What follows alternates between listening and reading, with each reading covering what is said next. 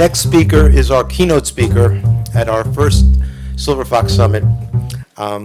Dr. Paul Tasner, this is the first time I'm meeting him in person, but we met on the phone several months ago, and I was honored that he joined our advisory board. And I had watched his TED Talk, which somebody mentioned earlier today, which you can Google afterwards. It has almost 2 million views thus far, I believe. And what he spoke about was ageism and age discrimination that he experienced in the workplace after working for major companies for all of his professional life in logistics, and I can tell you more about that, supply chain management. And he experienced, not being an entrepreneur, how difficult it was to go into the marketplace at a 66-year-old smart guy with a PhD. And he was in San Francisco Bay Area, and he tells his story, and today we're going to get a little glimpse of it, but he's very inspirational. He's also a wealth of information, not only about his subject matter, where he's an expert, which is now PulpWorks sustainable packaging that they develop, but it so happens in my networking to develop the Silver Fox Club, met a guy named Lauren Walters, who is a mutual friend, and I mentioned, and Lauren is in turn best friends with Mark Friedman, the founder of Encore, which is one of our partner organizations in this. And I mentioned that we're having this summit, and that Dr. Paul Tasner is our first keynote speaker. As I had mentioned, he gave us credibility because he's the real deal and he's an anchor. And so Lauren said, I know Paul. We used to work in the same company together. So yeah, it's a small world. And so we're talking about solidifying that relationship. And but you know, what we realized was that there was no real organization or platform or entity to really aggregate the knowledge of senior entrepreneurs. Or, you know, NextGen is doing a great job teaching young people how to be entrepreneurs. They have some great experts as entrepreneurs, as mentors. But nobody's doing peer-to-peer mentoring for senior entrepreneurs. So what are the best practices, as we had on our last panel, which was wonderful. I learned a lot, and I hope everybody did. And also that intergenerational thing. So when I first spoke to Paul on the phone, I asked him, well, how did you do it? And he's going to tell us soon, but it's all about creating an intergenerational team, I think, in this day and age, and a lean startup, if you're doing a startup. But, so we are announcing today that we are doing a joint venture project where we're starting a new senior business directory for any business which has at least one member of the management team who is 50 years or older. And you could register for free. The URL is seniorbusinessdirectory.org. And we're using that as the basis, so everybody who can, you know, if you're 50 or older, please register, even if you're a solopreneur. And if you know somebody who is 50 or older, we were trying to aggregate these companies because we want to create a community where people could share information so that people could, as one of my friends says so well, good judgment comes from experience, and experience comes from bad judgment. So it's always easier to learn from somebody else's experience and their bad judgment, and it's a lot less costly. So anyway, with that in mind, I want to introduce and give a big round of applause for Dr. Paul Tasner.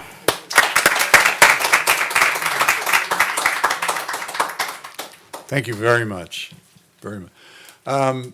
So I have to preface my remarks. So I'm standing here with my note cards and been feeling guilty about this. And for the only reason why is that when you give a TED Talk, no note cards, no teleprompter, nobody whispering the next line to you. You forget it, you're dead. And I spent several months walking around the streets of New York mumbling to myself, memorizing my TED Talk, and I said when that was over, I am never doing that again. If I talk, it's going to be with note cards, so I apologize if I'll be looking up and down. That's as good as it's going to get.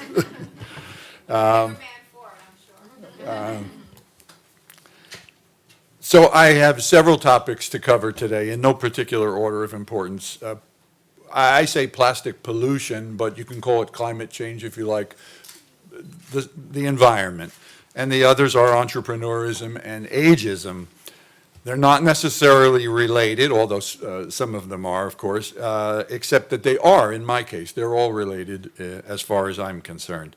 I'm a proud first-time entrepreneur, and I was 66 years old, as I said on that panel, when I launched my business, Pulpworks, and I am 73 years old now.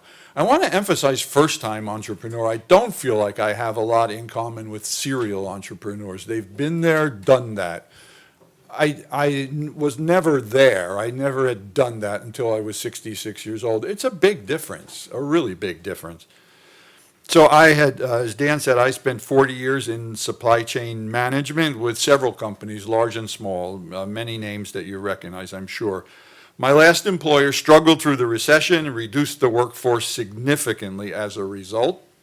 That included me, fired at the age of 64. I pursued consulting opportunities during the 2 years immediately following my dismissal. I had no passion for the work at all. I felt a need to do something about which I had some passion because the clock was ticking. I felt as if there wasn't any more time for do-overs for me.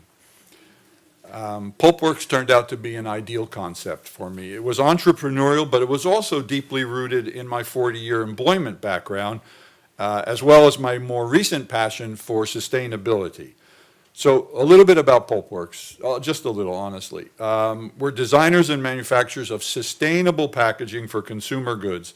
Our packaging is composed of waste, cellulosic waste, that's from paper and agricultural waste. Our mission is the replacement of unnecessary plastic packaging.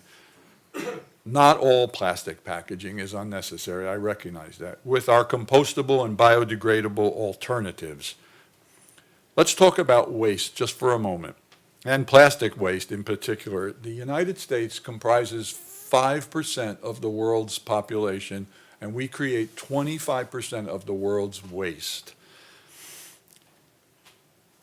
That's including 70 billion pounds each year of CO2 equivalent, 70 billion pounds. So you say, perhaps we should be better recyclers. Pardon my French, but that is complete bullshit.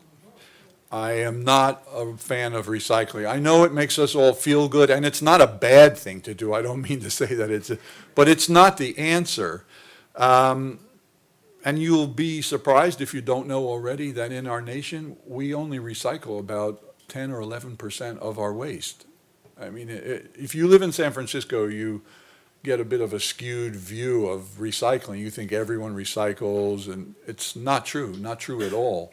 10 or 11% is pretty sad for a nation of 325 million people. We really need to replace plastic, not recycle it, is the fact. I don't know if you're familiar with what they call the North Pacific Gyre, although they have gyres in every ocean now. It's a floating island of plastic, some people say about twice the size of Texas.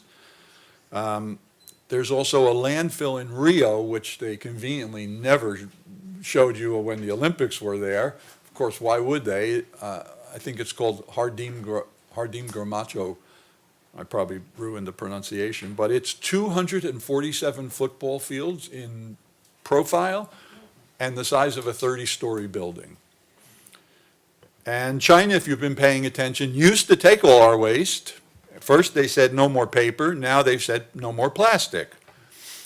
And in fact, I read years ago that 60% of the tonnage going out of New York Harbor on any given day was paper waste bound for China.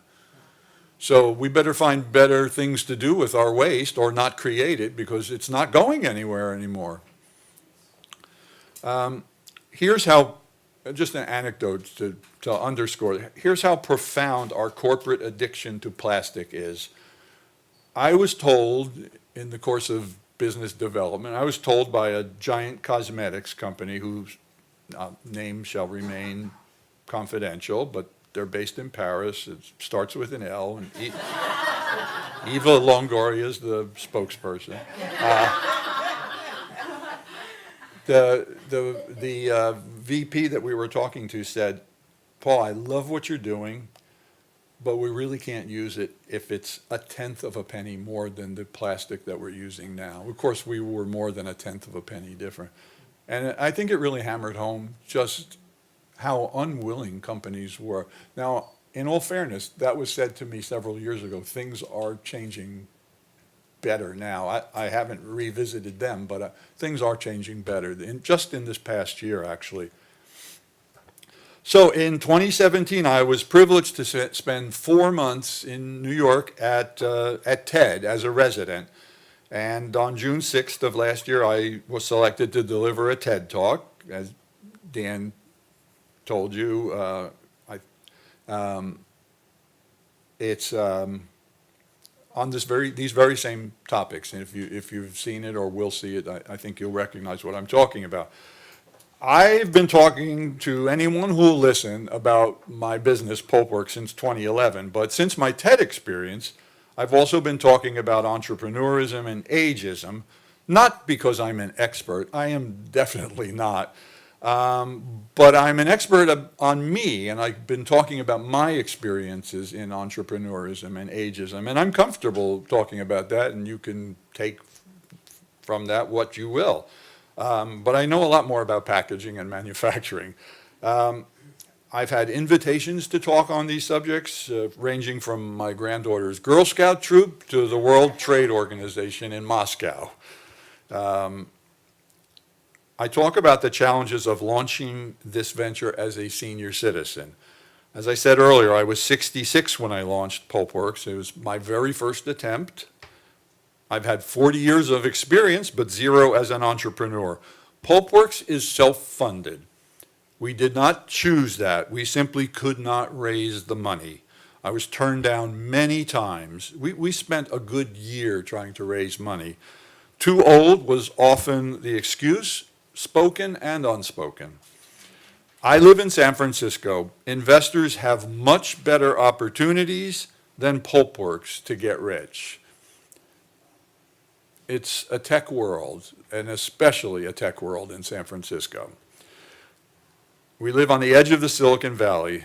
It's pretty tough competition for investor dollars when you're not in a tech business. So I had against me geography, category, entrepreneurial experience, and of course, my age. So 4 strikes against me, but I persisted. Stubborn, I guess.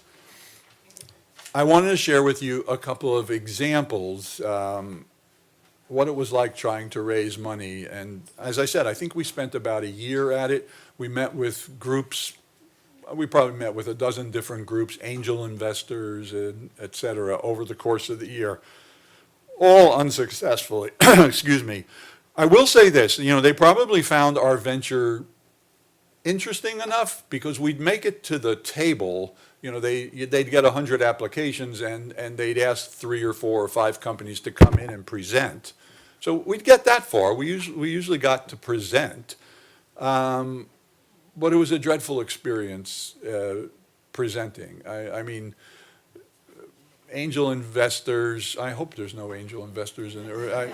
I'm just not a fan. I'm sorry to generalize, but I mean, falling asleep at the table while we were pitching, or I remember a guy who was no farther away than you, like, whose hearing aid wasn't working, and yelling at his neighbor, like, what did he say? And, it's just so, it was really distracting, and you've really trained hard for these events, and couple of anecdotes that I think underscore our frustration. One was, if you're like me, sometimes you're in a discussion or an argument or something. I'm sure we've all done this, where something is said and you just don't have a good comeback. I mean, you have the feeling, but the words escape you and you say something, and that night you think of what you should have said, or the next day you think of and why didn't I say that? I remembered what to say on the spot. It's probably the only time in my life that I did. we did a pitch to an angel group, and the next day I got an email from one of the investors who said he wanted to talk to me one-on-one. And I was thrilled, absolutely thrilled. He was a developer in San Francisco. I went to his office, and he proceeded to lecture me on why was I doing this? Why, at my age, why was I trying to raise money, start a new business? Why aren't you, playing golf? Or A, I don't like golf, and B, I wasn't ready to retire, nor could I afford to retire. He just thought it was so inappropriate. And I said to him, you could have sent me an email, and given me, could have shared your opinions with me via email. He said, well, you live in the city. I mean, this wasn't a real big deal for you to come over. And besides, I thought I'd be more persuasive in person. So he said, well, the word was, he said, well, what's the difference? I said, well, I'll tell you the difference. If you had sent me an email, we both probably would have forgotten this whole affair a week later. But because of this, I'm going to remember what an asshole you are for the rest of my life.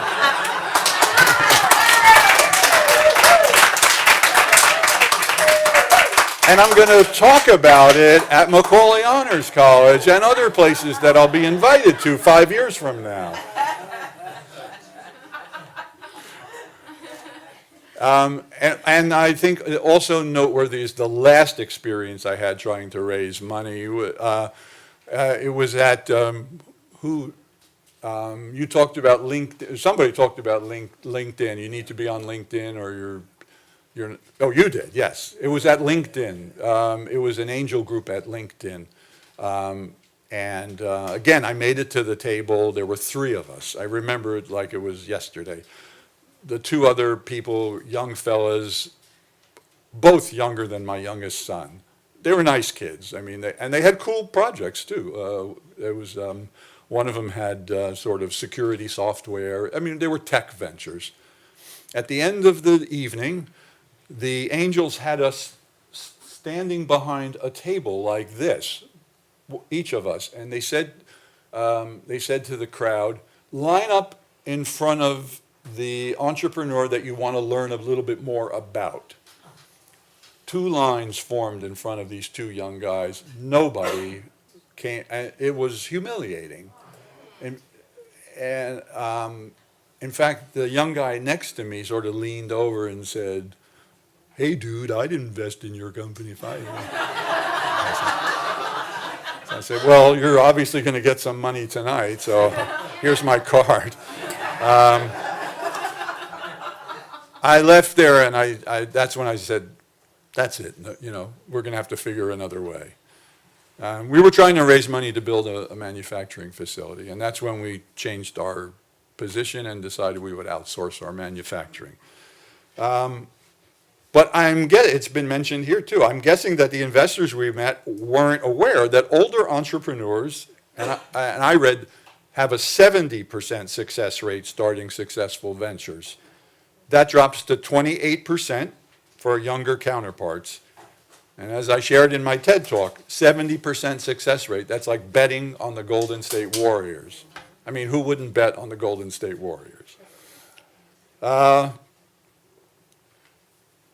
already told you, the money we were hoping to raise was for the construction of a manufacturing facility.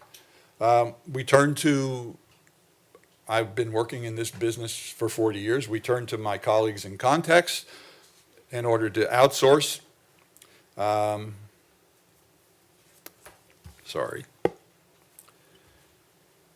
One of the primary reasons that we were able to survive on self-funding during our early years is that our manufacturing partners, this is pretty special, told us that we could pay them after we were paid. 2 of our partners in China said that to us, and they are still our partners, and they will always be our partners. In fact, one called me this morning because now the new tariffs include what they're doing for us. So she was very worried that things would change, and I said, no, they won't change. Things will never change between us. So that's the kind of trust and generosity that really creates lifelong partnerships, and it will, and it did, and it will. We have 6 such partners today, 2 in China, 1 in Malaysia, India, Egypt, and the UK. And we're able to pay our bills to everyone on time. We're still struggling, I won't deny that for a moment. On a scale of 0 to Google, we're a lot closer to 0 than we are to Google. But then again, most people are closer to 0 than they are to Google. But we are starting to attract larger customers finally. The tide has turned as far as sustainability is concerned. The aforementioned Google is one of our customers now. So is BASF, the German chemical giant. Anthropology Stores is a customer. Campbell's Soup, Casper Sleep, Burt's Bees, Groupon, Energizer is a new customer. And hopefully in the coming months, we will add Tyson Foods, AB InBev, that's the old Budweiser company, Colgate Palmolive, and Moet Hennessy. So fingers crossed. Yeah, yeah. We'll talk later, okay. My TED Talk's been translated into 28 languages and has reached over 1.8 million viewers.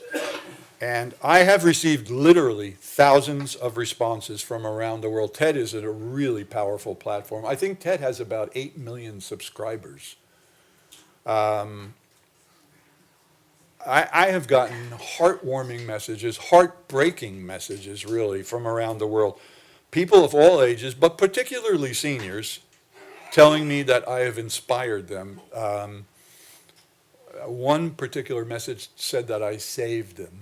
I mean, I don't know if I translated that correctly, but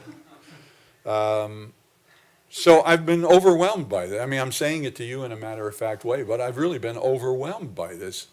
I had no idea what to expect when I stepped out on the TED stage.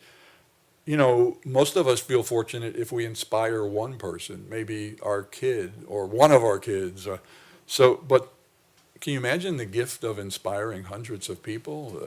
I mean, it's incredibly special. So I'm humbled, profoundly humbled. I mean that sincerely. And on top of it, I feel like I'm doing the most rewarding and challenging work of my life. And I didn't have bad jobs. I mean, my jobs were good. At least they started out good. I mean, yeah. But truly, nothing can hold a candle to what I'm doing today. And I'm making less money than I did as a working guy, or at least for now. But I am incredibly grateful to have landed in this position today. So I'd like to share. I wanted to share some words that I've read about this experience as others have expressed it, and I found something by Erik Erikson, the psychologist. He said, "As we grow older," and this is going to resonate with everyone. That's why you're all here today, of course. As we grow older, hunger for meaning animates us, making us more alive. Creating something new isn't just a nice thing to do, it's a psychological imperative. The urge to create, to generate a life that counts, impels people to innovate even when it's lonely and scary. C.S. Lewis said that you are never too old to set another goal or to dream a new dream. And a favorite of mine and a friend of my wife's, actually, a jazz musician, Herbie Hancock, has said that your youthful spirit is not something that goes away as you get older or even diminishes you as you get older. What happens is that you let it go to sleep. So many people just buy into being old. You can age, of course, we all age, but you can keep that youthful spirit alive. And I think one of the most interesting messages I got, and I've heard that said here today too many times, so it just confirms that. But at the time, it was the first I'd heard of it. One of the most interesting messages I got from my TED Talk was from a couple of researchers at Aegon. I think I'm pronouncing it right. It's a huge life insurance company based in The Hague, the Netherlands. They told me it's the largest life insurer in the world, actually, and I said, I've never heard of it. That's because in the States, it's called Transamerica. But they're the largest insurance company in the world, life insurance. And the researchers said they saw my TED Talk, and they wanted me to know that what I'm doing is the absolute best thing you can do to flourish in your senior years. And I said, trying to be a wise Alec, I said, really, talking to suppliers in China at 3 in the morning is the best thing to do? I had no idea. And he said, ironically, it is the best thing you can do. So as they said, exercise is good, it's essential, of course, but it's for your cardiopulmonary health, not your mind, not your soul. So, ladies and gentlemen, launch a venture and feed your soul.